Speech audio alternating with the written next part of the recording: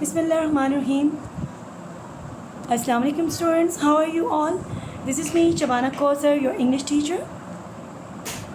Today we have to discuss a very beautiful poem, Neem Tree. It is our third lecture.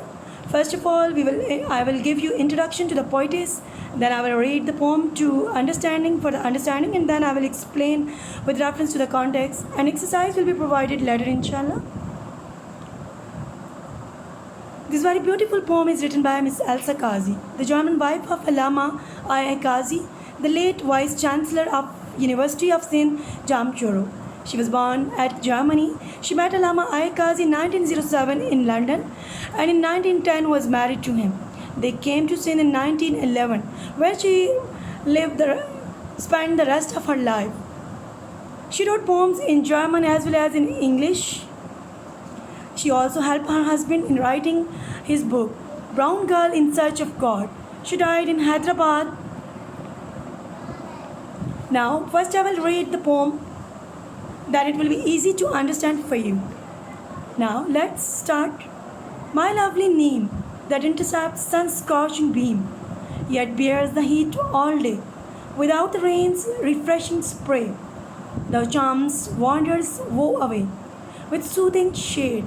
How strong you are, how unafraid, how green thy leaves, in spite of all, the midday flame that burning fall upon thy unprotected head.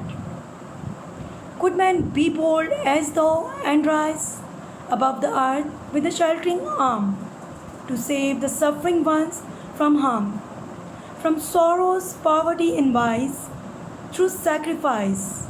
Could man be steadfast and like thee face every fate? Could it not be fulfillment of the life's loftiest dream, my lovely Neem? Now I will explain one by one stanza. In a very first stanza where the poetess says, my lovely Neem that intercepts sun's scorching beam.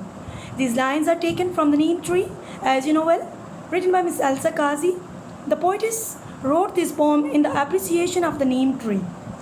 In the very first stanza, poetess appreciate the Neem Tree because it bears heat of the sun all day long, but provides shelter to others. Stanza number 2.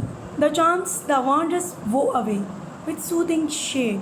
In these given above line, the poetess admires the boldness and the strength of Neem Tree, that how it faces the difficulty and bears heat of the sun, but provides comforting and soothing shade to others.